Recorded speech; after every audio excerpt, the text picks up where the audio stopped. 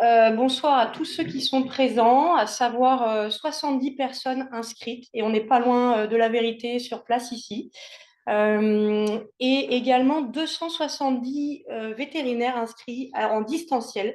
Je crois que c'est notre record ce soir, donc merci beaucoup pour ceux qui ont fait le déplacement. Et merci beaucoup à vous qui avez le courage d'ouvrir votre ordinateur à la maison en cette belle soirée. Vous pouviez être ailleurs. Donc merci à tous d'être là. Donc ce soir, c'est une soirée confraternelle sur le thème de l'imagerie. Je laisserai ma place à mes collègues radiologues imageurs juste après. Mais avant toute chose, je voulais vous présenter un petit peu quelques nouveautés qu'on développe sur Atlantia, des nouveautés qui vont vous concerner.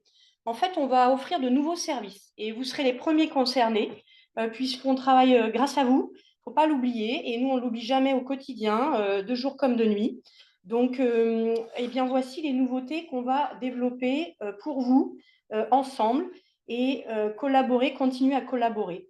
Alors, je vais juste cacher un petit truc là. Alors, plusieurs nouveautés. D'abord, la première nouveauté concerne votre prise de rendez-vous qui, de temps en temps, peut poser problème. Vous nous avez fait ce retour. Vous nous faites ce retour régulièrement depuis quelques temps. Ce n'est pas toujours évident de joindre notre hôpital vétérinaire, bien qu'on ait une équipe d'ASV extrêmement présente et dévouée à la prise de rendez-vous en ligne. Eh bien, malheureusement, vous avez quelques difficultés dans certains cas à nous joindre, eh bien, on va développer, ça y est, on a développé depuis aujourd'hui les rendez-vous en ligne, je vais y revenir après.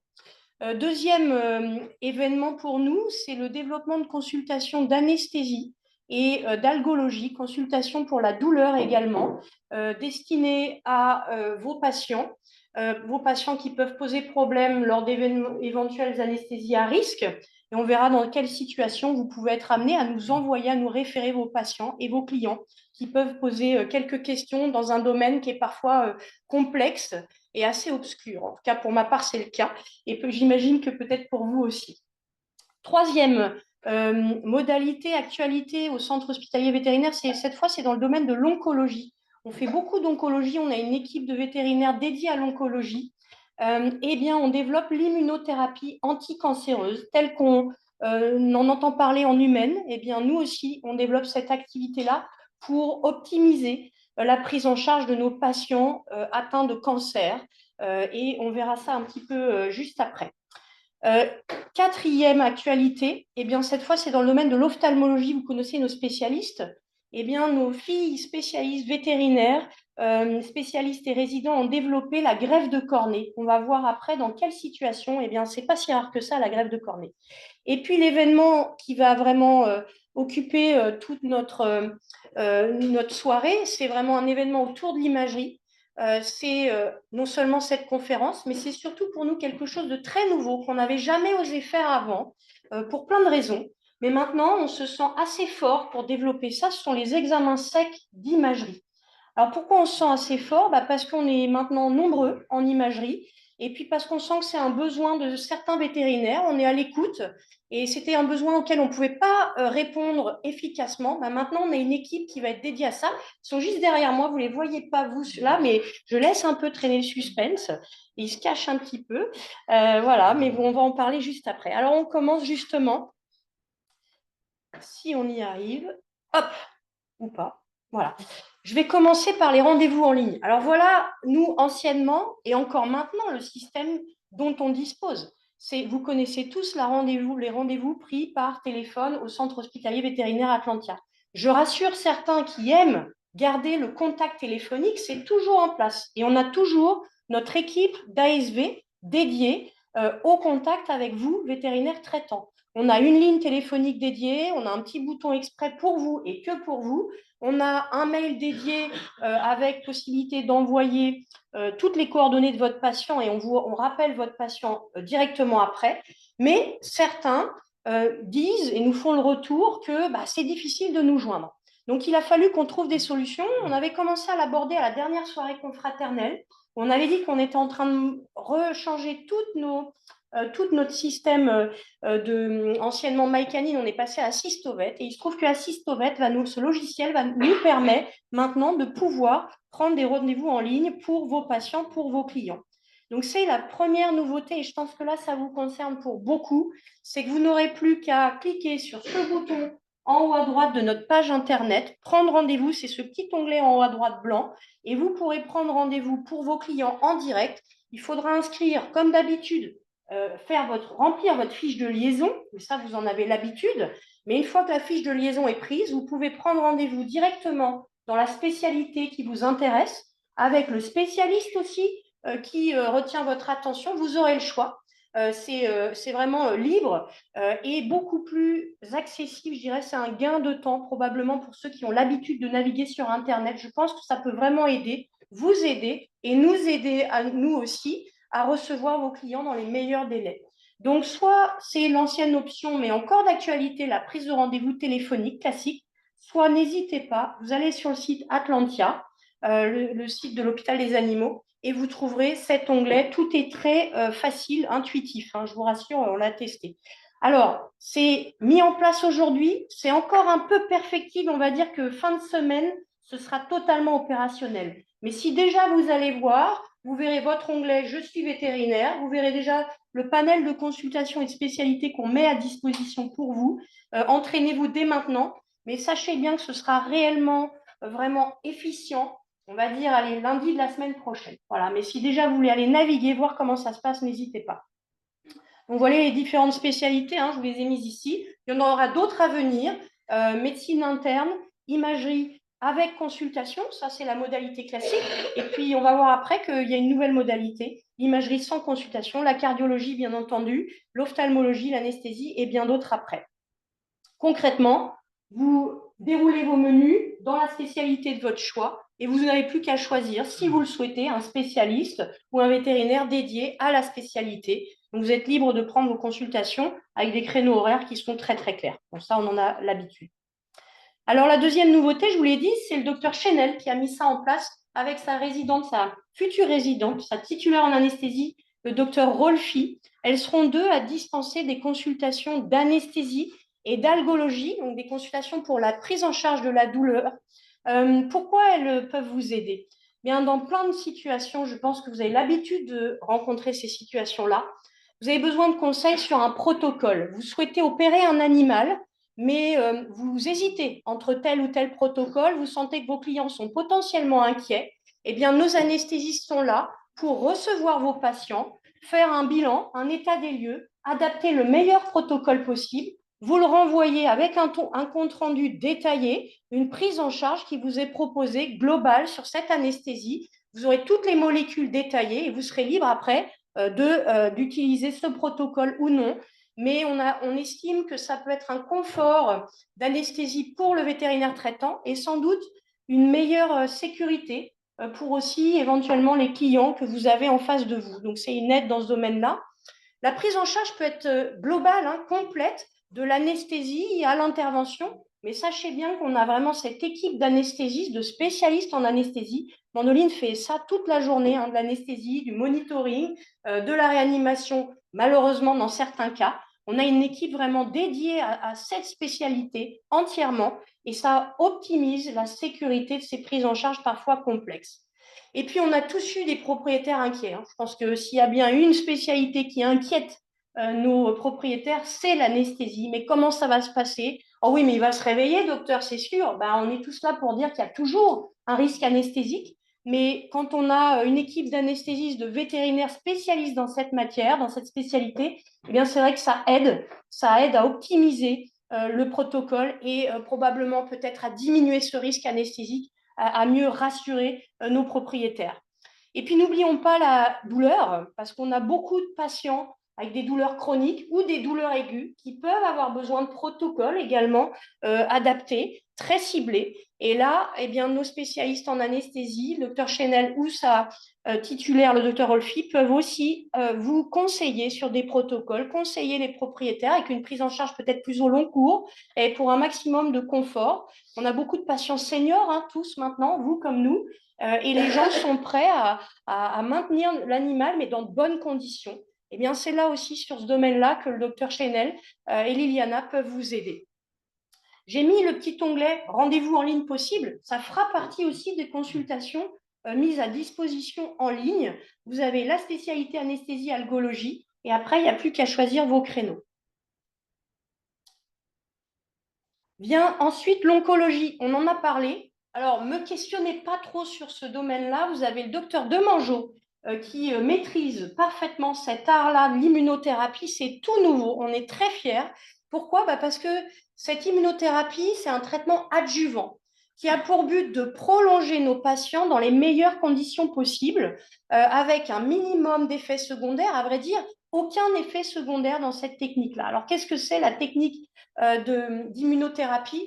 Eh bien, en fait, le docteur Demangeot va faire sa petite cuisine, va prélever un bout de tumeur et va faire une préparation pour obtenir un vaccin adjuvant. Donc, c'est vraiment un adjuvant qui vient en complément des autres thérapies classiques qu'on connaît tous, hein, la chimiothérapie conventionnelle, métronomique, la chirurgie, éventuellement la radiothérapie. C'est un vaccin autologue fabriqué à partir de la biopsie tumorale. Donc, il y a toute une petite préparation dans la salle d'oncologie que je vous ai fait visiter pour certains tout à l'heure, sous hôte, etc.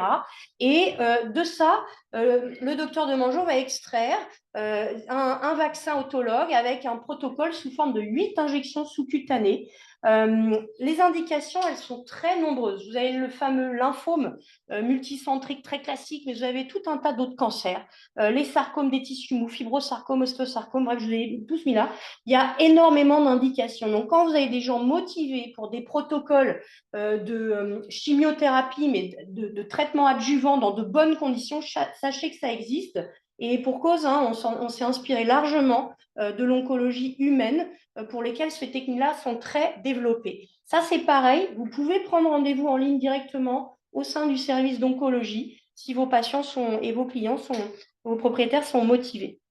Autre indication, alors ça, c'est tout nouveau, c'est la greffe de cornée. Alors, c'est quoi la greffe de cornée? C'est évidemment, comme son nom l'indique, le fait de reconstruire la cornée sur des ulcères cornéens profonds ou littéralement perforants, comme ceux que vous voyez sur ces images-là.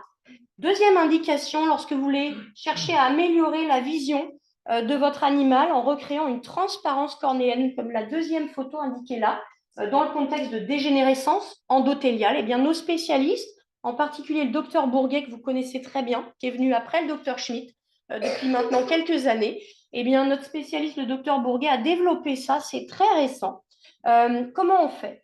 Eh bien, on va faire une greffe de cornée d'un animal qui est récemment décédé dans les 15 jours, et on va faire comme un protocole de greffe chez les gens, c'est-à-dire qu'on va demander un consentement des propriétaires, on va demander à nos propriétaires s'ils sont d'accord pour qu'on fasse un prélèvement de greffe de cornée saine afin de l'attribuer à un autre patient qui est en attente de tout ça. Donc, la greffe peut le greffon peut tenir 14 jours de manière réfrigérée et on ira la remettre. Alors, pas moi, hein, mes spécialistes en ophtalmo iront mettre cette greffe sur le receveur. Excusez-moi. Alors, pour terminer, si j'y arrive, on va finir par nos fameux. Tiens, hop, voilà. Excusez-moi, c'est la petite pause laryngite. On finit par les examens secs d'imagerie. Alors ça, c'est tout nouveau. Comme je vous l'ai dit, on n'avait jamais fait ça avant parce qu'on n'avait pas, on avait l'équipe qui était encore insuffisante pour ça. Je vais en parler de l'équipe juste après. Vous allez voir que maintenant, on est assez nombreux et on est très fiers de cette équipe d'imagerie. Donc maintenant, on est apte à développer ces examens secs. C'est quoi? Eh bien, vous souhaitez avoir un examen de scanner ou d'échographie, mais vous ne souhaitez pas de prise en charge globale. Vous ne souhaitez pas qu'il y ait de l'avis d'un spécialiste en médecine interne associé à cet examen d'imagerie. Vous souhaitez reprendre le patient juste derrière, le client dans sa totalité, et vous souhaitez ponctuellement un examen d'imagerie fait par nos spécialistes, notamment par le docteur Lafuma, donc qui est chef de service d'imagerie d'Atlantia, et par sa résidente de première année, le docteur Potvin. On pourra la féliciter parce que Noémie commence sa résidence après plusieurs années d'assistanat et elle vient compléter cette équipe tout à fait dignement. Et c'est ce duo-là, assisté de notre technicienne d'imagerie qui est diplômée d'État. Alors, ce n'est pas n'importe qui, c'est Chloé Juteau. Chloé Juteau, elle nous vient de l'Humaine. Elle a fait de la radiologie en humaine, elle connaît la radiologie, tous les protocoles d'imagerie de scanner sur le bout des ongles. Et on a la chance de l'avoir capté de la radiologie d'humaine. Donc, on a énormément de chance d'avoir cette équipe-là. Alors, ils ne sont pas que trois, on va y revenir après. Mais j'enchaîne sur nos examens secs. N'hésitez pas, si vous le souhaitez, à aller prendre rendez-vous en ligne. Ça y est, c'est frais, hein, c'est installé maintenant. Vous pouvez prendre rendez-vous en ligne pour ces examens, pour ces examens secs. Ça n'enlève pas le reste des examens d'imagerie. C'est deux stratégies différentes. Vous souhaitez une prise en charge globale, le reste de l'équipe est toujours là pour recevoir vos clients, pour recevoir vos patients et faire en plus l'examen d'imagerie. Vous souhaitez garder la totalité de la prise en charge et avoir uniquement un acte ponctuel d'imagerie, eh bien c'est là que cette offre de service vous est proposée, avec possibilité de prendre rendez-vous en ligne. Donc en ligne, vous aurez les deux possibilités et c'est vous qui choisirez. C'est vous qui êtes maître à bord de ce service de rendez-vous en ligne. Alors du coup, évidemment, le lien est tout trouvé pour présenter le service d'imagerie. Je vous ai déjà parlé de François Lafuma, de Noémie Potvin. Je vous ai parlé de Chloé Juteau. Puis évidemment, il y a Julien Brune, que vous connaissez maintenant depuis plusieurs années, qui fait beaucoup d'imagerie, de scanners, d'échographie et particulièrement aussi de l'échocardiographie. Donc Julien est beaucoup sur l'imagerie scanner et échographie, mais aussi sur l'échocardiographie. Vous l'aurez en référé notamment, vous le connaissez bien. Et puis moi, pour compléter cette équipe-là, mais je crois qu'on se connaît un petit peu déjà. Donc, n'hésitez pas à vous balader sur notre site internet, à voir toutes les spécialités qu'on met à votre service. C'est vraiment pour vous qu'on fait tout ça. Encore une fois, je vous remercie d'être tous là. Et je veux remercier aussi notre partenaire pour la soirée. On parle d'imagerie. Alors, le lien est tout trouvé avec SIV, qui est une solution d'imagerie vétérinaire mise à disposition de vos patients. Et je vais compléter aussi avec ESAOT, qui est la spécialité autour de l'échographie. Eh bien, nos deux partenaires sont là ce soir. Il y aura une prochaine session avec SIV en fin d'année, une session d'imagerie. Et ce soir, on a SIV et ESAOT, ils sont là gentiment. Je les remercie beaucoup d'être là et puis de nous aider à vous recevoir tous physiquement et en distanciel. Et puis, je vous laisse juste une dernière date à retenir. Retenez bien, la prochaine soirée confraternelle du 29 avril. On change de sujet. On passe aux 10 endocrinies et particulièrement le Cushing. Donc, si l'endocrino vous intéresse, c'est le mois de l'endocrino chez DECRA. Eh bien, rendez-vous le 29 avril. Et maintenant, je laisse la place à mes brillants radiologues imageurs pour que vous ne tombiez pas dans les pièges des radios thoraciques. Et Dieu sait s'il y a un grand nombre de pièges. Merci à tous.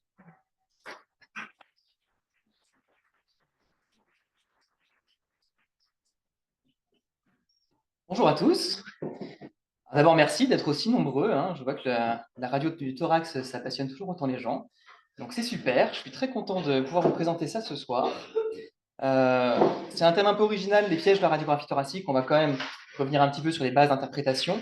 Mais le but de cette conf, c'était un peu d'essayer de vous montrer des petits tips and tricks pour ne pas tomber dans les pièges les plus grossiers, mais aussi certains pièges un peu plus délicats. Donc, on va tous les voir ensemble. Brièvement, pour revenir sur la radio, donc je pense que vous êtes tous équipés de radio à peu de choses près. C'est un examen de première ligne, c'est rapide, facile à réaliser. Dans l'écrasante majorité des cas, on n'a pas besoin de sédation, mais c'est très imparfait comme examen. Alors, c'est l'examen d'imagerie qui a la meilleure résolution spatiale. Je ne sais pas si vous avez déjà vu une image d'os au scanner. C'est tout pixelisé en fait. La meilleure résolution spatiale qu'on ait, le plus fin détail, c'est la radio. Et par contre, ça a une très mauvaise résolution de contraste. Ça, ce que ça veut dire, c'est que si j'ai un nodule dans le foie et que je fais une radio de foie, j'ai aucune chance de voir mon nodule dans le foie. C'est ça la résolution de contraste. D'accord? Ça, c'est une des premières limites. La deuxième limite, c'est que c'est un examen de superposition. D'accord? On traverse notre chat et après, on a une image 2D. Et ça va amener de très très nombreux pièges parce que tout se superpose et il faut essayer de déterminer où sont les lésions et est-ce que c'est vraiment une lésion. Et enfin, quelque chose d'un peu spécifique à la médecine vétérinaire, c'est qu'on travaille avec une grande variabilité raciale et d'espèces. Alors, on va rester sur le chien et le chat ce soir, on ne va pas faire les cavités célomiques, mais déjà, c'est un challenge en soi.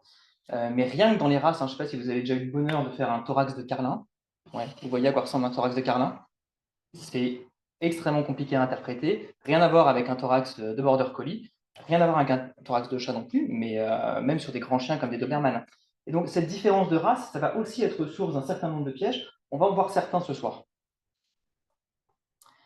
Alors, la compréhension de toutes ces limites, comme je vous l'ai dit, ça peut permettre d'éviter certains pièges, mais ce n'est pas que ça. C'est que des fois, ces limites, ça peut nous permettre de détecter des lésions qu'on n'arrive pas à voir, qu'on ne voit pas sur notre radio, mais avec ce que je vais vous expliquer ce soir, on va se douter qu'il y a quelque chose, d'accord? C'est un peu flou comme ça, mais vous allez comprendre au fur et à mesure. Alors, il y avait plusieurs façons d'aborder le sujet. J'ai choisi de le faire en fonction des raisons qu'on pourrait avoir de faire une radio du thorax. Je pense qu'il y a 4 grandes raisons qu'on aurait de faire une radio du thorax. La plus grosse, c'est le bilan respiratoire. On a un chien qui tousse, qui respire mal. Ensuite, il y a le bilan traumato, le bilan d'extension et le bilan cardio. En fait, on va les aborder les unes après les autres et on va voir les pièges que vous pouvez rencontrer dans le cadre de ces différents bilans que vous pourriez faire dans votre pratique au quotidien.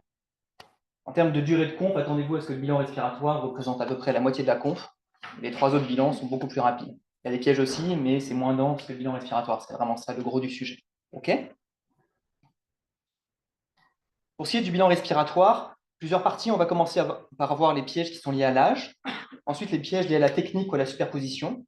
Et ensuite, 2 parties qui sont un peu plus obscures. La première, c'est ce que j'ai intitulé « Interpréter un effacement des contours ». Ce n'est pas un piège en soi, mais c'est un peu une technique radiographique qui va nous permettre de détecter plein de lésions. Et ça amène à la dernière partie du bilan respiratoire que j'ai intitulé « Voir l'invisible ». C'est interpréter un effet de masse, mais pas que. Ouais, j'aime bien, vous me pardonnez. Mais c'est là où je vous disais que essayer de comprendre toutes ces limites et le fonctionnement de la radio, ça va nous permettre de détecter des lésions qu'en fait on ne voit pas sur notre radio. OK ? Les pièges liés à l'âge. Alors d'abord le chiot. Qu'est-ce qui se passe chez un chiot? Alors déjà, les chiots, ils naissent avec des organes qui sont proportionnellement quasiment faits ou plus gros, qui vont peu grossir pendant leur adolescence. Donc les yeux font quasiment leur taille définitive. Le cœur et le foie, par exemple, ont déjà une assez grosse taille. Et donc proportionnellement, dans son thorax, qui lui va beaucoup plus grossir, un chiot a une cardiomégalie. Et cette cardiomégalie, il faut bien garder à l'esprit que c'est une cardiomégalie qui est globale. C'est-à-dire qu'on a une impression de gros cœur. Le cœur prend un peu trop de place dans le thorax. Ce n'est pas du tout une dilatation cavitaire. Donc, si vous avez un chiot qui a une dilatation atriale gauche, ce n'est pas physiologique. Il y a une cardiopathie. Okay. Par contre, une impression de gros cœur sur un chiot jusqu'à 6 mois, on peut être encore de le physio.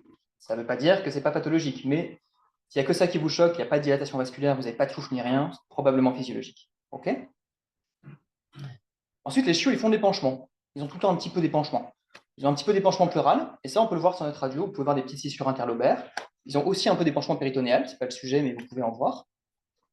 Et enfin, ils ont un peu d'épanchement interstitiel. Et donc ça va se traduire sur notre radio par un discret verre dépoli diffus. Alors, je parle de verre dépoli, parce qu'on ne parle plus d'interstitiel. Si vous parlez encore d'interstitiel et d'alvéolaire, je suis désolé de vous le dire, mais vous êtes complètement à côté de la plaque. Non, c'est assez récent. En fait, on essaye de sortir de cette notion de lésion interstitielle et lésion alvéolaire parce qu'on s'est rendu compte qu'il n'y avait pas de réalité anatomique derrière. Il y a des lésions qu'on appelait alvéolaires qui remplissaient tous les critères d'une lésion alvéolaire et qui étaient en fait des lésions des bronchioles, donc vraiment bronchocentrées, voire des lésions interstitielles. Un Westie en fibrose terminale, c'est interstitiel et ça fait des lésions qui sont alvéolaires à la radio. Donc on essaie de ne plus parler d'alvéolaire et d'interstitiel. Et donc on a remplacé l'interstitiel par ce qu'on appelle le verre dépoli et l'alvéolaire par la consolidation pulmonaire, qui est plus vague, mais finalement plus juste. Et donc, les chiots ont un petit peu de ce qu'on appelle l'interstitiel, qui est du verre dépoli, parce qu'ils ont un peu de liquide dans leur interstitium, donc ils ont un interstitium qui est un petit peu plus épais, donc ils vont juste avoir un thorax qui est un peu plus opaque que d'habitude, mais gardez à l'esprit que c'est homogène, c'est diffus et homogène, donc c'est pas pareil. Et enfin, le thymus. Donc les chiots et les chats aussi peuvent avoir un thymus. À quoi ça ressemble sur une radio? Ça ressemble à ça, d'accord? C'est cette fameuse aile de bateau, très très bien délimitée. Ça longe en fait la bride médiastinale crânio-ventrale. Alors, le thymus, vous pouvez le voir jusqu'à 6 mois.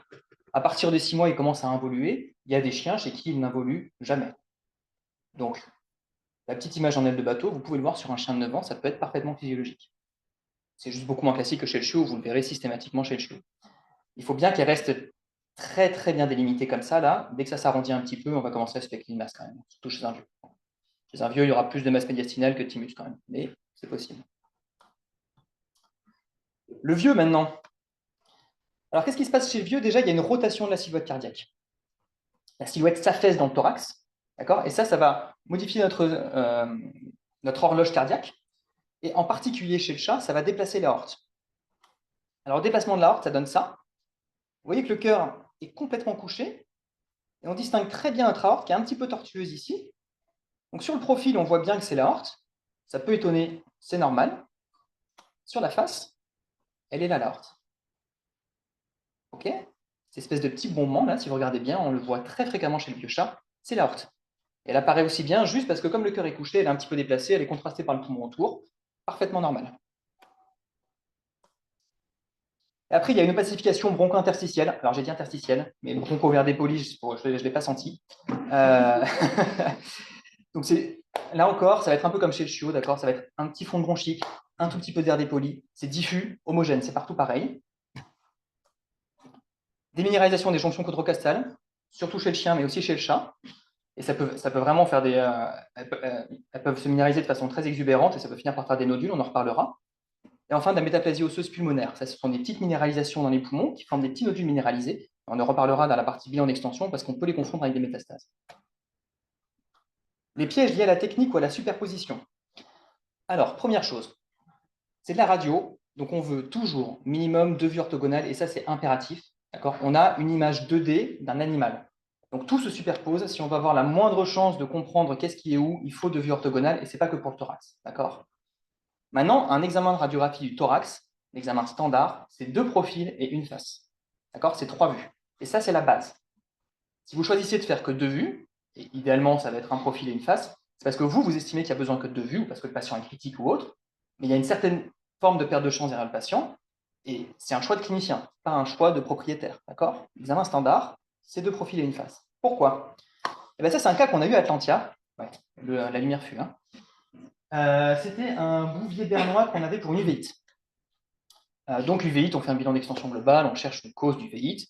Premier profil, donc profil gauche, rien, parfaitement normal. La face, rien. Et comme je suis un peu relou, moi, je veux mes 3 vues. Dernier profil. Ah, vous la voyez? Qu'est-ce qui se passe là? Là, il y a un tout petit truc là. Il y a un tout petit quelque chose, un tout petit foyer de consolidation. Et pourquoi est-ce que je ne le vois pas sur la face, celui-là? Tout simplement parce qu'il est probablement juste à côté du médiastin. Et donc, il s'efface avec les structures médiastinales sur la face. Je ne le vois pas sur la face, mais une fois que j'aère le poumon dans lequel il est, je le détecte. Et un bouvier bernois qui a un petit foyer de consolidation pulmonaire comme ça, qui ne ressemble pas à grand-chose, eh bien, on va suspecter un sarcomycocitaire pulmonaire primitif. D'accord? Oui, désolé, apparemment, on ne m'entend pas, mais... ça, c'est peut-être un sarcomycocitaire. On n'a pas eu de diagnostic définitif sur ce patient, on ne le voit pas sur les 2 autres vues. D'accord? Et c'est un de nombreux exemples de lésions que vous allez voir que sur une des vues. Pourquoi?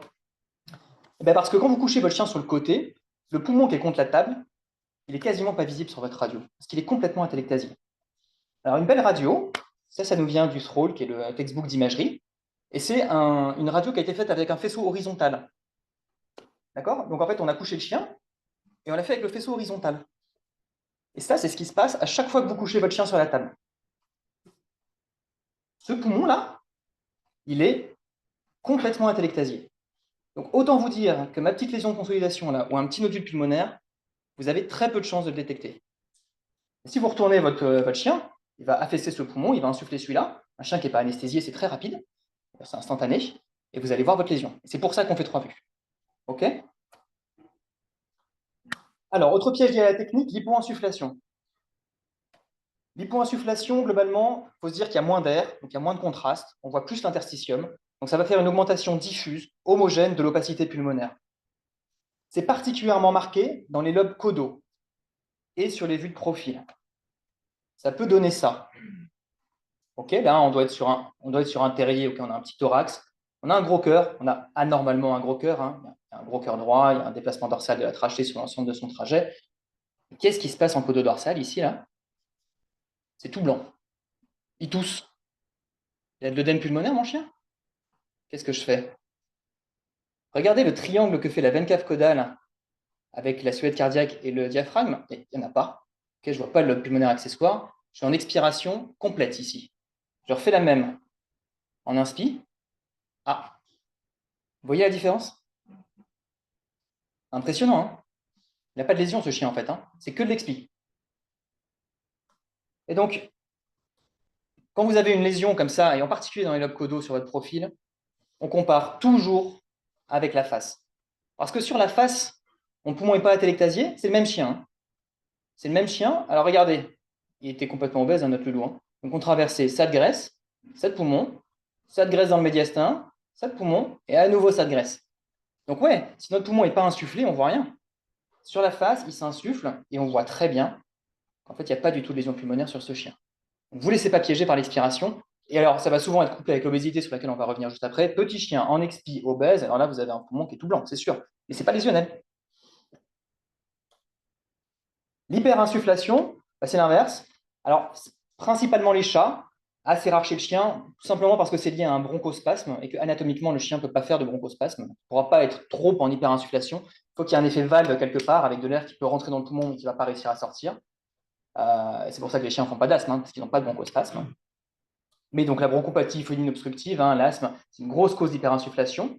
Et parfois, c'est la seule anomalie que vous voyez à la radio. Sur un asthmatique, il n'y aura pas forcément un bronchite dégueulasse. Vous pouvez avoir que de l'hyperinsufflation, c'est pathologique. Et ça suffit à se dire qu'il y a probablement un asthme là-dessous. Parce qu'il y a un effet clapet. C'est pas normal. Le différentiel se fait avec une dyspnée marquée ou une obstruction des voies respiratoires supérieures. Si vous avez un petit nodule dans la trachée, pareil, vous aurez un effet clapet. Okay, ça donne ça. C'est tout noir. On voit bien. Il y a plein de gaz, ça contraste toutes nos structures. Regardez, on voit les vaisseaux jusqu'au bout, on voit bien l'aorte, on voit bien la veine cave caudale. Évidemment, il y a énormément d'air, ça vient tout contraster. L'air pulmonaire est très étendu, on est caudalement à la dernière côte, c'est très très loin. Il y a un aplatissement complet du diaphragme. Regardez le triangle dont je vous parlais entre la veine cave caudale, la silhouette cardiaque et le diaphragme. Il est énorme. C'est l'inverse total de tout à l'heure. Là, on est en hyperinsufflation. Lui, il est asthmatique. OK. L'obésité, rapidement, encore une fois, ça va être comme l'expi, augmentation diffuse homogène de l'obésité. Votre graisse, elle se superpose un peu partout, un peu plus dans les lobes caudaux, mais globalement, c'est un peu tout blanc. Souvent associé à l'hyperinsufflation, bah ouais, avec toute cette graisse, ils ont du mal à s'insuffler. Et c'est pire sur le profil, on compare avec la face. Ah, vous le reconnaissez? C'est mon carlin. C'est beau, hein? On comprend rien. On comprend rien parce qu'ils sont souvent obèses, les carlins. C'est lésionnel, ça? Peut-être ben que oui, peut-être ben que non, ouais, je suis d'accord. Qu'est-ce qu'on fait? On fait une face. Ah, j'étais sur un profil gauche. Est-ce que vous avez remarqué?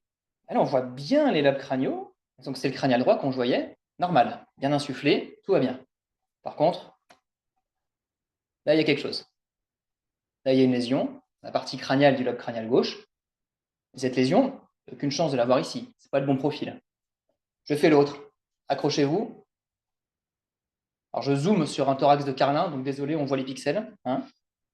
Ça, c'est l'autre profil. Qu'est-ce que je vois? Des petits bronchogrammes aériques. Vous les voyez? Là, j'ai un foyer de consolidation, parce que j'ai mes petits bronchogrammes aériques. Ça, c'est que de la graisse médiastinale. OK? Ça, c'est juste pour vous dire que quand vous superposez, c'est un cas extrême, d'accord? Mais quand vous superposez comme ça, comparez avec la face et cherchez, à partir du moment où je vois le bronchogramme aérique, je sais que je suis sur du poumon. C'est pulmonaire. Je vois les bronches par soustraction, donc j'ai une lésion qui est pulmonaire. Ici, j'en ai pas, méfiance. OK? C'était une pneumonie sur ce carlin, mais elle n'était pas du côté droit. Le pli de peau. Alors, le pli de peau, ça fait des augmentations régionales d'opacité par bande en fonction de là où il y a la peau. C'est nettement plus facile à identifier sur le profil que sur la face, et je vais vous montrer des images, vous allez voir. Il va y avoir deux grands cas où vous allez avoir des plis de peau. Les grands chiens à thorax profond, ceux qui sont un peu minces, et là, on va étendre les pattes, et en fait, on va avoir le grand pli de peau de la patte qu'on étend, ça va faire deux grandes bandes parallèles qui viennent se superposer à notre thorax. Vous avez peut-être l'image en tête. Et sinon, ceux qui ont juste plein de peau, donc on est sur les Shar Pei et les bulldogs, quoi. Donc un petit exemple d'un plein de peau. Voilà. Pneumothorax? Pneumothorax? Eh ben non, parce que regardez, hop, ça sort du thorax. Et ici aussi. Hop. Vous les voyez? Ces bandes sortir du thorax, celle-là, là. À partir du moment où ça sort du thorax, bon, en plus, si on zoome, on voit que les vaisseaux pulmonaires s'étendent jusqu'à la périphérie, c'est que des plis de peau. On met le profil, là, on comprend mieux. Vous les voyez? C'est un bébé Charpey. On en a de la chance, hein. Là, on ne comprend pas grand-chose, hein. Mais là, à moins de lui mettre des espèces de pinces à linge pour le lifter le temps de la radio, on n'a pas trop d'options. Mais juste soyez vigilants, parce que si on va trop vite, pour peu que lui il respire mal et il vienne se prendre une voiture, on diagnostique un pneumothorax qui n'est pas là, quoi. Le déplacement trachéal. Alors ça, piège très classique. Il peut être lésionnel, mais quand il est positionnel, il est focal, dorsal, à hauteur du médiastin crânial, et il n'est pas associé à une augmentation d'opacité du médiastin crânial. Qu'est-ce que ça donne? Ça donne ça. focale, dorsale, à hauteur du médiastin crânial. Je n'ai pas d'opacité dans le médiastin crânial. C'est juste qu'il a rentré la tête dans le cou. Hop, ça nous fait ça. Il n'y a pas de masse. On la refait en lui étendant la tête. C'est un peu stressouille. Nickel. OK? Il n'y a que là que ça fait ça. Si vous avez un déplacement à hauteur de la base du cœur ou de la carène, c'est toujours pathologique. D'accord? Alors, interpréter un effacement des contours. Donc là, on va juste reprendre un peu les bases pour être sûr qu'on part tous du même endroit. Donc, les opacités radiographiques, il y en a 5. Du moins opaque au plus opaque, le gaz, la graisse, le tissulaire, la même chose que le liquidien, okay, donc du parenchyme, de l'eau, du sang, tout ça c'est pareil, l'os et le métal. Deux structures de même opacité qui sont en contact ont des contours indistincts, d'accord? Donc typiquement deux anses intestinales qui sont en contact sur ma radio, moi je vais avoir l'impression que c'est quelque chose de continu. Maintenant, si j'ai quelque chose d'opacité différente entre les deux, ça va me les contraster. Les reins de chat sur une radio de l'abdomen, il y a de la graisse entre ces deux reins, d'accord? Donc ils sont très bien contrastés l'un avec l'autre. Si j'avais une masse entre ces deux reins, je verrais qu'une seule boule d'opacité tissulaire, parce que leur contour s'effacerait. D'accord? Le foie, je le distingue très bien, parce qu'il est ici extrêmement bien contrasté par toute cette graisse que ce chat complètement obèse a. Pour peu que je mette un peu de liquide dans cette graisse, ça va changer. On ne sera plus sur une opacité graisseuse, on sera sur une opacité liquidienne/tissulaire, et ça va masquer les contours de mon foie. Exemple de cette radio d'acide que vous avez tous dû déjà voir, où c'est tout blanc. Évidemment, la graisse, le liquide vient masquer tous les contours. Quel rapport avec le thorax? Alors, un effacement, donc s'il y a une structure qu'on voit habituellement et dont les contours sont effacés, ça peut vouloir dire deux choses. Soit il y a un changement d'opacité des structures à son contact, le cas de l'épanchement qui vient border mon foie, soit beaucoup plus rarement, il y a un changement d'opacité de la structure elle-même. Si mon foie devient d'opacité graisseuse, je ne le verrai plus par rapport au ligament falciforme. Ça arrive pas souvent, que ce soit sur le foie ou même en règle générale. Donc souvent, c'est plus les tissus autour qui ont changé d'opacité. Pour le poumon, ça va surtout être utile pour la consolidation pulmonaire. Une consolidation pulmonaire, c'est un poumon qui, à la place d'être rempli d'air, va être rempli de quelque chose de tissulaire. Ça peut être du pus, ça peut être du sang, ça peut être de l'œdème, ça peut être de la tumeur. Tout ça, ça fait de la consolidation, et donc ça devient d'opacité tissulaire, et donc ça va masquer les contours des structures tissulaires à son contact. Je parle du cœur, du diaphragme et des vaisseaux pulmonaires. Ça donne ça. Vous la voyez, la lésion? Elle est là. Là, j'ai un foyer de consolidation pulmonaire, et vous voyez que j'ai un bel effacement des contours de la silhouette cardiaque. Une radio normale à côté, c'est ça normalement, la silhouette cardiaque, ok? Là, on la voit bien, elle est contrastée par du gaz. Ici, je ne la distingue plus du tout, parce qu'il y a une consolidation. Et ça me prouve que j'ai bien une lésion pulmonaire, il y a quelque chose qui remplit ces alvéoles. Ok? Et je vois encore le diaphragme là. Pourquoi? Tout simplement parce que la lésion n'est pas en contact avec le diaphragme. Si elle était en contact avec le diaphragme, je ne le verrais plus. Donc, qu'est-ce que ça veut dire? Ça veut dire que j'ai ce foyer de consolidation pulmonaire et probablement une petite partie aérée, et ensuite le diaphragme qui vient se mettre en dessous. D'accord? Donc, moi, j'ai mon image 2D, mais je sais qu'il y a un peu de gaz entre ma lésion et le diaphragme, juste parce que je le distingue encore sur la radio. OK? C'est une pneumonie, hein, c'est une belle lésion de pneumonie. Alors, attention à la superposition avec la silhouette cardiaque. Il y a une lésion sur ce chat. Est-ce que vous la voyez? Il y a un gros foyer de consolidation pulmonaire qui est dans le lobe, dans la partie caudale du lobe crânial gauche, qui est parfaitement superposé à la silhouette cardiaque. C'est quoi ça? Ça, c'est un signe lobaire, d'accord? Cette bande-là, elle me dit que j'ai une consolidation de ce lobe. Elle se contraste très très bien avec le lobe qui est aéré à côté, juste parce que j'ai un lobe aéré et un lobe qui est consolidé. C'est ça un signe lobaire. C'est deux lobes pulmonaires qu'on distingue parce qu'ils n'ont pas la même opacité. À différencier d'une scissure interlobaire, où c'est juste que j'ai du liquide entre deux lobes aérés. D'accord? Donc là, il y a une lésion sur ce chat. Et si je vous montre la face, elle est là. Et la face me renseigne en me disant que non seulement ce lobe est consolidé, mais il est également fortement diminué de volume. Vous voyez que j'ai un déplacement de la silhouette cardiaque à gauche. Donc c'est probablement une lésion d'atélectasie. On est sur un chat, probablement un chat asthmatique qui a complètement atélectasié sa partie caudale du crânial gauche. OK? Alors on a parlé du signe lobaire et le bronchogramme aérique que je vous ai montré tout à l'heure. Donc ça, c'est l'image par soustraction de la bronche. Et donc ça veut dire que tout simplement, je distingue ma bronche qui est aérée parce que ce qu'il y a autour, c'est consolidé. Donc à partir du moment où vous voyez un bronchogramme aérique, comme ma lésion de pneumonie tout à l'heure, ça signe une consolidation pulmonaire. Vous savez que vous êtes sur une lésion pulmonaire. D'accord? Alors, un cas pratique pour se mettre tout ça en tête, cardiopathe tousseur. Est-ce qu'il a de l'œdème pulmonaire? L'œdème pulmonaire chez le chien, il a un gros cœur, hein, on est d'accord, on ne va pas s'étendre sur le sujet. Il est souvent cododorsal. Je distingue très bien les contours de ma silhouette cardiaque sur le profil. Sur la face, je distingue mes vaisseaux pulmonaires en cododorsal. Donc il n'y a pas d'opacité alvéolaire chez ce chien. Il tousse, et pour moi, il n'a pas d'œdème pulmonaire. OK? Il a probablement ces chiens, ils ont souvent des compressions bronchiques par un gros atrium, ça vient frotter la bronche, ça irrite. Mais ce n'est pas lié à de l'œdème. Un cas un peu plus tricky. C'est utile, hein, des fois, les contrôles sondes. Vous la voyez? La sonde, ouais. La lésion? Ah.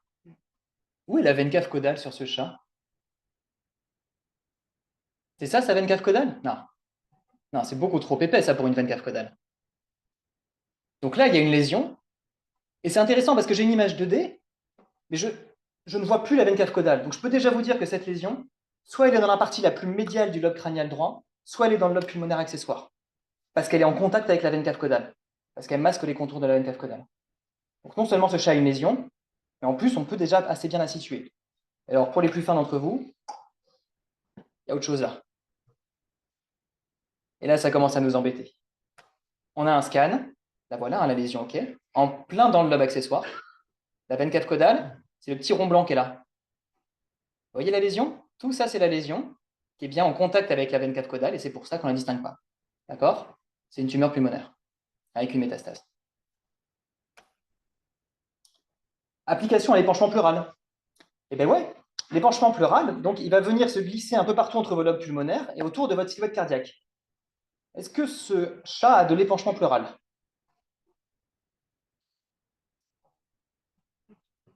Il y a un truc là. Là, il y a un truc. Mais est-ce que ça masque les contours de ma silhouette cardiaque? Non. Donc, est-ce que c'est d'opacité tissulaire? Non. Donc, c'est de la graisse.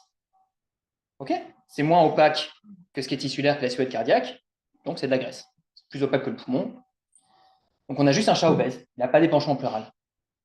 Ouais, j'aime bien les obèses à la radio. Ah, ça, c'est un chien obèse cette fois-ci. Même problématique. Lui, il n'a pas d'épanchement pleural.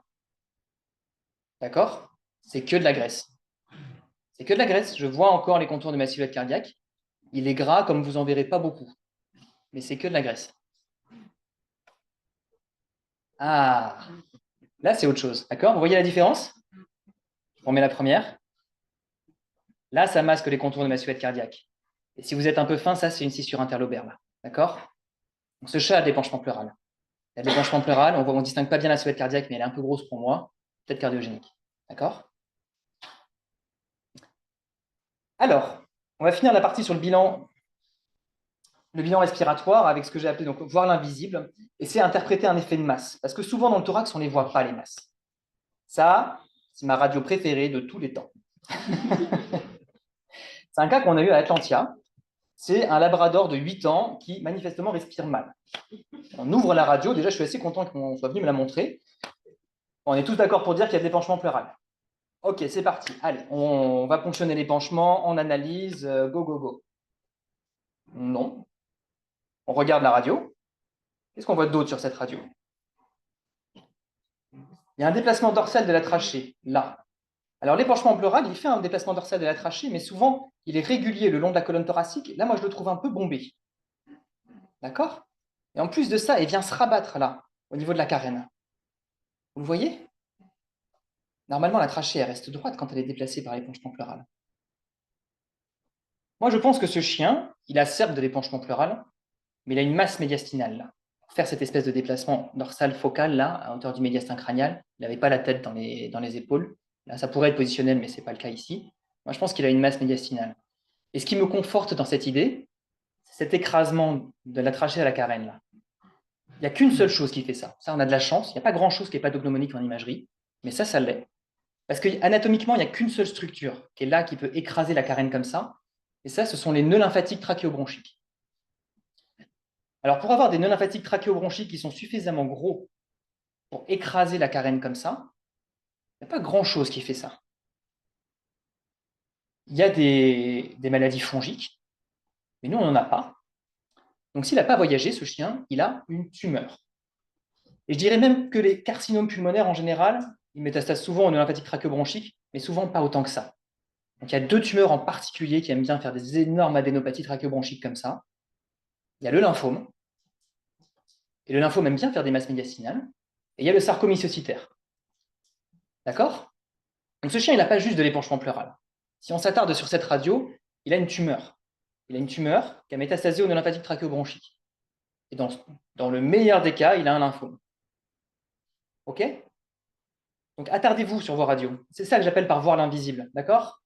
On ne les voit pas, ces lésions. Mais elles sont là. Elles sont là. Et donc, on a ponctionné, il y avait bien une masse médiastinale et c'était bien un lymphome. OK? Un autre exemple. Alors, lui, c'est un régurgiteur chronique. Pareil, un cas qu'on a eu ici. Et on cherchait vraiment un mégaœsophage sur lui. Un vieux chien, on était sûr qu'il avait un mégaœsophage. Si vous regardez bien, il y a un petit foyer de consolidation pulmonaire ici. Vous voyez le petit bronchogramme aérique? Toc, toc, avec le petit signe lobaire. Ça ressemble bien à une petite lésion de pneumonie, ça. Mais je ne le vois pas, son mégaœsophage. Il y a un peu de gaz dans l'œsophage, là, un peu beaucoup, certes, mais d'habitude, on voit mieux que ça, vous êtes d'accord? Alors maintenant, encore une fois, si on s'attarde sur cette radio, regardez la trachée, regardez la carène. Il y a un déplacement ventral généralisé de la trachée thoracique. Il y a un truc qui vient écraser cette trachée. C'est pas normal pour une trachée d'être comme ça. On ne le voit pas, mais il y a un truc d'harcèlement à cette trachée. Et le truc, c'est que si on avait une tumeur ici qui écrasait la trachée, en fait, ça ferait quand même quelque chose d'opacité tissulaire, ça serait suffisamment gros pour l'écraser, et probablement qu'on le verrait. Donc en fait, on se demande si c'est pas cet œsophage, et c'est juste peut-être qu'on ne le voit pas. Donc, on a fait un transit barété, et voilà ce que ça donne. Là, on le voit mieux. Alors, c'est pas normal d'avoir des croquettes qui stagnent dans tout l'œsophage comme ça, hein, surtout que cet œsophage est un peu dilaté. Donc ce chien a bien un méga-œsophage, c'est juste qu'on ne le voyait pas sur la première radio. Par contre, avec cet écrasement de la trachée, cet effet de masse de l'œsophage, en fait, on se doutait qu'il était là. D'accord? Encore une fois, voir l'invisible. Regardez ces effets masse, regardez ces déplacements de structures qui ne sont pas déplacés habituellement et vous vous doutez qu'il se passe quelque chose. Un dernier cas, lui, c'était une chatite. Ce que j'appelle la chatite, c'est le chat pas bien, il a 8 ans, il a vomi une fois, il se cache sous le canapé. Voilà. Qu'est-ce qu'il a, docteur? Bah, peut-être tout, je ne sais pas. Donc on en vient à la radio du thorax parce qu'on a exploré le reste et qu'on n'a rien. Vous voyez la lésion? Là, il y a une lésion pulmonaire. Okay, il y a une consolidation du lobe pulmonaire crânial droit. Ok, consolidation pulmonaire, ça peut être du pus, ça peut être de la tumeur, ça peut être de l'œdème, ça peut être qu'est-ce qui manque, des hémorragies pulmonaires. On ponctionne, on verra bien. Alors on regarde vraiment cette radio. Qu'est-ce qu'on voit d'autre sur cette radio? Il y a deux choses à voir. La première, c'est que j'ai un déplacement dorsal de la trachée ici. Donc cette consolidation pulmonaire, elle me provoque un déplacement trachéal. Pas classique quand même, pour le poumon consolidé, de venir repousser ma trachée. Et sur la face, regardez où est la silhouette cardiaque et le médiastin. J'ai un petit déplacement à gauche de la silhouette cardiaque et du médiastin. Donc j'ai pas juste une consolidation pulmonaire en fait. Il y a un truc dans ce poumon qui pousse les structures adjacentes. Alors maintenant, la téléctasie, la pneumonie, les hémorragies pulmonaires, ça vous fera jamais d'augmentation de volume pulmonaire. Donc ce chat, il n'a pas juste une consolidation pulmonaire, il a une tumeur pulmonaire. Moi, je suis sûr. D'accord? Parce qu'il n'y a pas de raison qu'il y ait d'augmentation de volume de ce lobe autre qu'une production cellulaire vraiment qui déforme le lobe. D'accord? Je ne la vois pas et probablement qu'elle ne prend pas tout le lobe, qu'il y a peut-être une portion qui est plus aérée, mais je suis sûr qu'elle est là. D'accord? Et on a fini le bilan respiratoire. C'était le bon morceau. Le bilan traumato, c'est beaucoup plus rapide. Alors, le pneumothorax, Je vais revenir très brièvement dessus, hein. Les bandes d'opacité aérique entre les poumons, la colonne et le foie, on les regarde souvent ici, on les regarde souvent là. Pensez à regarder aussi ventralement à la suette cardiaque, ça c'est du pneumothorax, d'accord? On peut avoir des petites bulles qui se baladent aussi, hein. Ça, c'est peut-être du pneumothorax. C'est peut-être une bulle pulmonaire. Là, je ne peux pas faire la différence. Mais ça peut en être. Et des fois, on n'a que ça. D'accord? Pour les plus fins d'entre vous, petit défaut de contour, là, le seul lobe pulmonaire, contrasté par le gaz dans l'espace pleural, c'est peut-être là que c'est percé. OK? Les fractures de côte. Ah, c'est la même, oui. Il a des fractures de côte. Vous les voyez? Tout en haut? Ouais, elle a un angle un peu bizarre. OK. Mis à part celle-là, moi, je ne les vois pas. Pourquoi? Parce qu'on ne regarde jamais les fractures de côte sur le profil, tout simplement, parce que vous ne les verrez pas dans l'écrasante majorité des cas. Alors, heureusement, on avait des radios de qualité. Il respirait bien, donc on a pu prendre le temps de bien le positionner et tout. Mais une bonne oblique, il n'y a rien de tel pour mettre en évidence des fractures de côte. Vous voyez, paf, paf, paf. Donc, juste pensez à les regarder sur votre face. De l'intérêt aussi de faire des vues orthogonales, d'accord? Elles ne vont pas souvent changer à la face du monde, les fractures de côte, sauf si vous avez deux côtes fracturées par deux fois au même endroit, et là, ça vous fait un volet costal, ok? Deux fractures d'une côte, deux fractures de la côte adjacente, ça fait volet. Et là, c'est plus grave. Le pneumomédiastin. Alors, le pneumothorax, le gaz est dans l'espace pleural, d'accord? Donc, l'espace pleural, c'est entre le poumon et la paroi thoracique. Le pneumomédiastin, le gaz est dans le médiastin. Dans le médiastin, il y a les vaisseaux, le cœur, l'œsophage, l'aorte, la veine cave caudale et la veine azygos. Dans le médiastin, normalement, il y a de la graisse et des structures tissulaires. Donc, il n'y a pas suffisamment de graisse pour les contraster. En général, on ne voit rien dans le médiastin. Le pneumomédiastin, pardon, on le détecte parce que, comme le gaz est dans le médiastin, il va venir vous contraster toutes les structures d'opacité tissulaire que vous ne voyez pas d'habitude. Regardez ici à quel point on voit bien l'aorte. On la voit anormalement bien, cette aorte. Regardez là, ça c'est la veine cave crâniale. On voit le bord dorsal de la veine cave crâniale. On ne la voit jamais normalement. Le médiastin crânial, c'est un peu une bande d'opacité qu'on ne distingue pas. Ça, c'est parce qu'il y a du gaz qui vient le contraster. Je distingue la paroi dorsale de la trachée. On ne voit jamais la paroi dorsale de la trachée. On voit sa surface interne, mais la surface externe, comme on la distingue ici, on ne voit jamais. Là, je le vois parce qu'il y a du gaz. D'accord? Et cette petite bande-là, ça, c'est la veine azygos. Pour voir la veine azygos, il faut bien avoir du gaz pour qu'il la contraste, parce qu'elle n'est pas grosse, hein. Ce chat a un pneumomédiastin.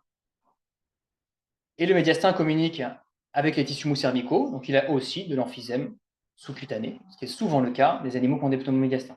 D'accord? Qu'est-ce qui fait un pneumomédiastin? Une brèche trachéale, dans l'écrasante majorité des cas. Ça peut être un emphysème sous-cutané aussi, qui a migré dans le médiastin. Une brèche œsophagienne, très rare par rapport à la brèche trachéale. Et dans de rares cas, ce qu'on appelle l'effet Maclean, c'est des lésions pulmonaires, avec du gaz qui va migrer le long des bronches pour rejoindre le médiastin. Ça ne vous fait jamais des pneumomédiastins aussi gros que ça. OK? Sur un trauma, on cherche une brèche trachéale, globalement. OK? Et je finis par ce que j'appelle le cas moisi. Donc, c'est pneumothorax et épanchement pleural. Celui-là, je vous l'ai mis. On est sur du trauma, hein. Alors, qu'est-ce qu'on voit? Il y a des bulles de pneumo, là. Il y a de l'épanchement pleural qui vient masquer les contours de la silhouette cardiaque. Il y a un foyer de consolidation pulmonaire ici. On est sur un trauma, donc c'est un hémothorax avec des contusions pulmonaires. Globalement, on pige rien. Et à partir du moment où vous avez une double atteinte de l'espace pleural, surtout s'il y a des lésions pulmonaires en dessous, globalement, on ne comprend plus grand-chose. Moi, je trouve qu'on arrive aux limites de la radiographie thoracique. Donc, sur ces cas-là, n'hésitez pas à déclarer forfait. N'allez surtout pas surinterpréter les trucs que vous voyez. Parce que le liquide va s'insérer entre les lobes pulmonaires. Il y a des bulles de gaz qui vont venir se mettre là. Les lobes pulmonaires, ils peuvent un peu se replier au milieu de tout ce liquide. Ils seront dans une position qui n'est pas habituelle. Et au milieu de tout ça, il n'y a rien qui va ressembler à d'habitude. Et c'est facile d'inventer des trucs. Donc, épanchement pleural plus pneumothorax, s'il y en a un peu trop, on ne surinterprète pas. D'accord? Et je laisse la parole à Noémie pour la suite. Donc, comme François vous l'a dit, vous serez amené à faire des radios de thorax lors de bilan d'extension. Et donc là, encore une fois, il vaut mieux faire 3 vues. pour bien voir toutes les lésions, y compris s'il y a une lésion qu'on ne fait que dans un champ pulmonaire. Donc, globalement, les pièges vont se trouver sur le fait de toutes les lésions qui vont mimer des nodules. Par exemple, comme on l'a dit, les jonctions chondrocostales ou les nodules costaux. Par exemple, ici, vous pouvez voir ce petit nodule où il est sur une côte. Alors, est-ce qu'il est du champ pulmonaire ou est-ce que c'est vraiment une jonction chondrocostale? Donc, pour ça, il faut aller voir sur votre autre vue orthogonale et vous verrez qu'elle se situe bien sur la jonction chondrocostale. Donc, attention au piège des jonctions chondrocostales. Ensuite, tout ce qui va être cutané. Donc, des mamelles, des nodules cutanés qui peuvent vous mimer des nodules pulmonaires.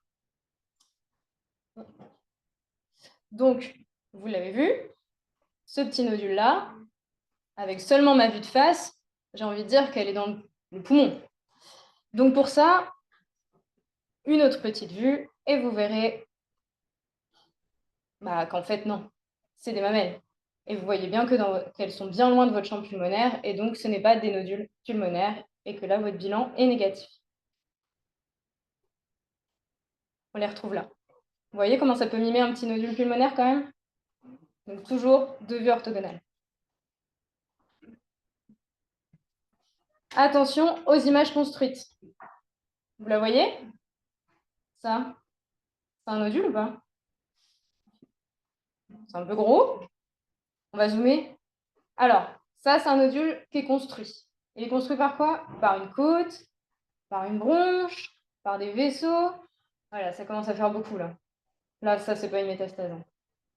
Ça, c'est une image construite. Donc, méfiez-vous de tous ces nodules proches de la carène, sur des côtes.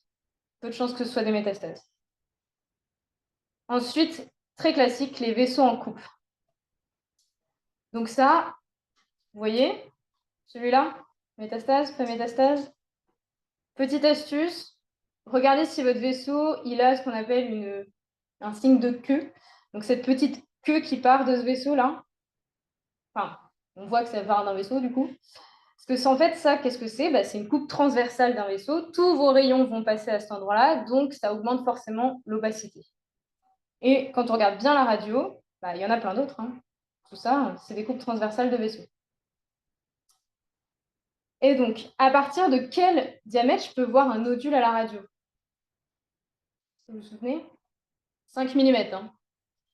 La métaplasie osseuse pulmonaire, c'est des nodules dont on a déjà parlé, d'opacité minérale, et qui sont souvent de 1 à 2 mm de diamètre. À quoi ça ressemble? À ça. Ça, là, on est d'accord, c'est bien trop petit sur une radio pour que vous puissiez les voir si c'était des nodules tissulaires. Ça, si vous les voyez aussi bien, c'est parce qu'il y a une augmentation de l'opacité. Et donc, c'est une opacité minérale, donc ici, la métaplasie osseuse. Ça fait moins de 5 mm.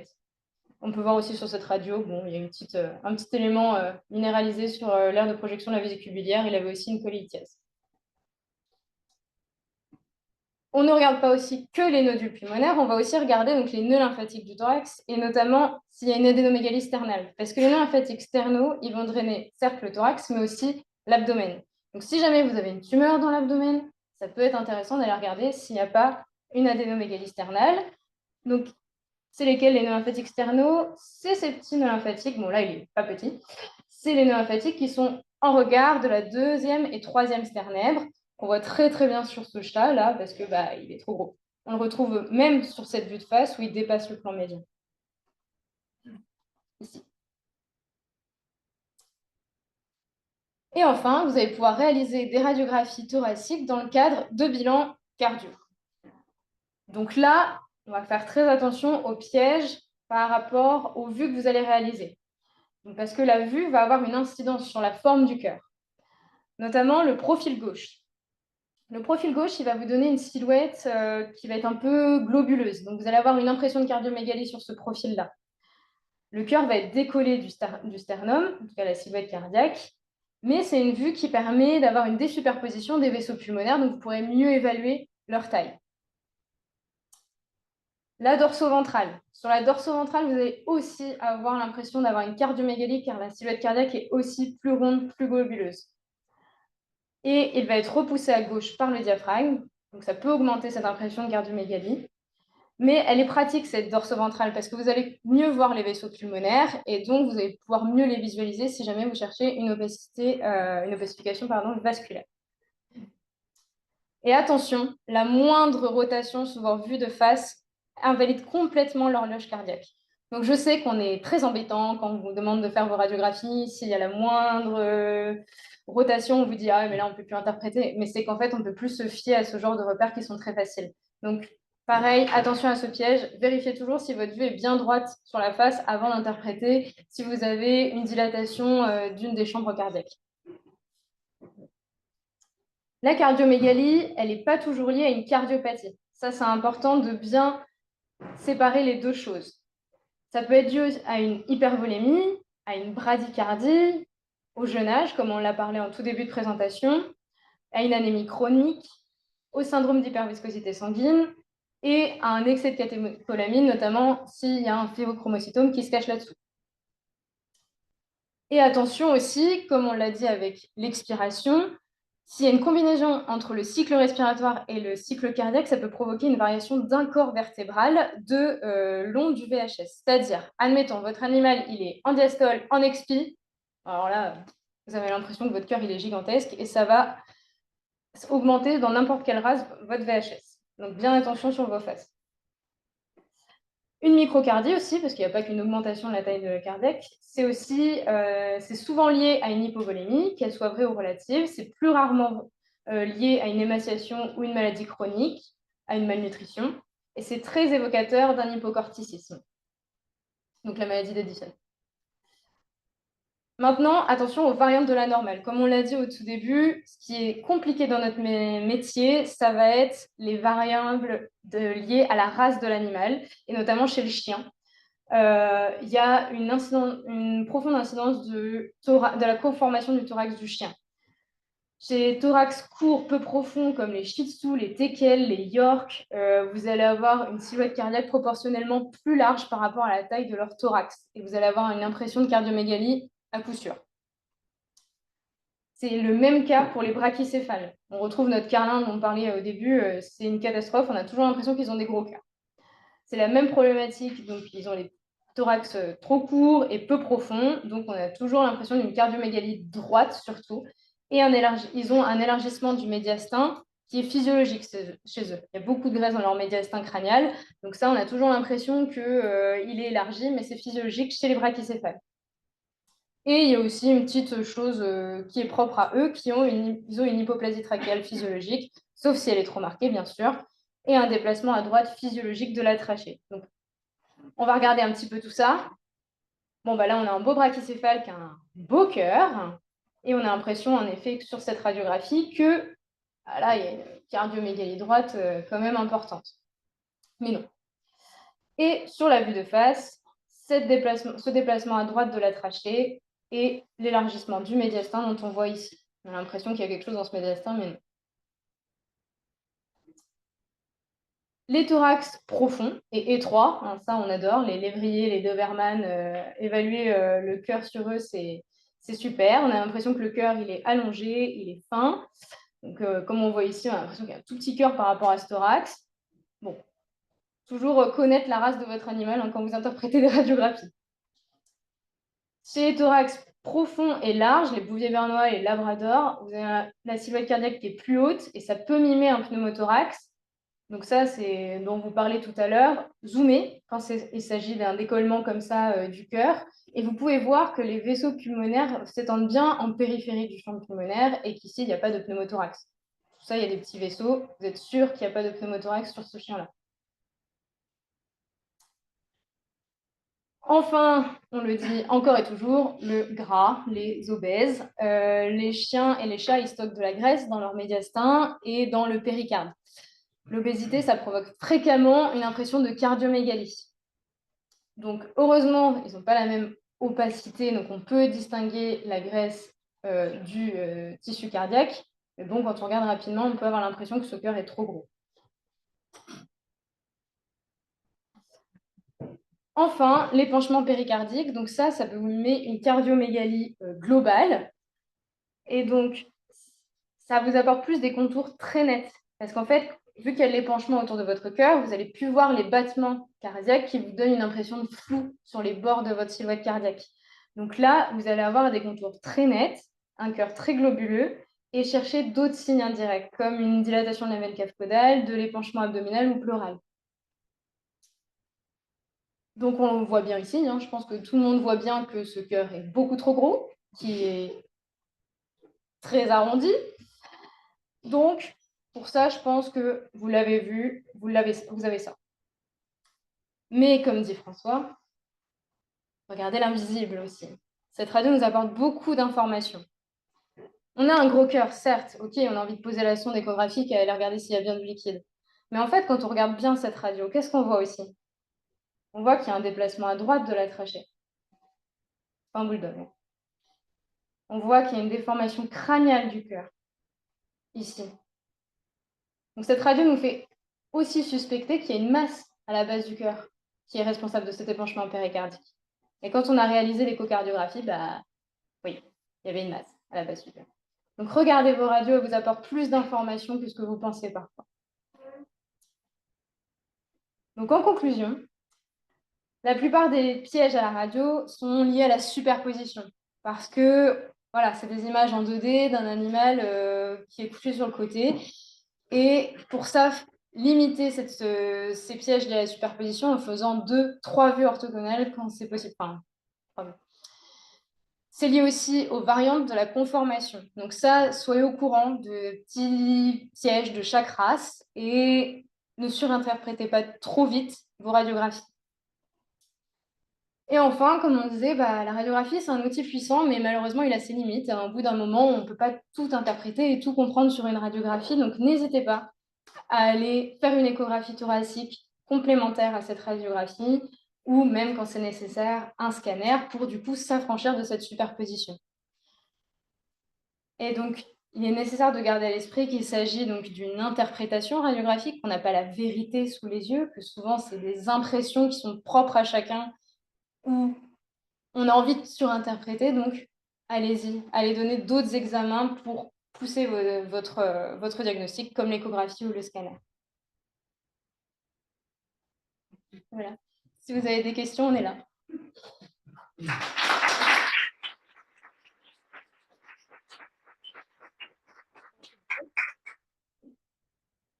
Est-ce qu'il y a des questions dans la salle?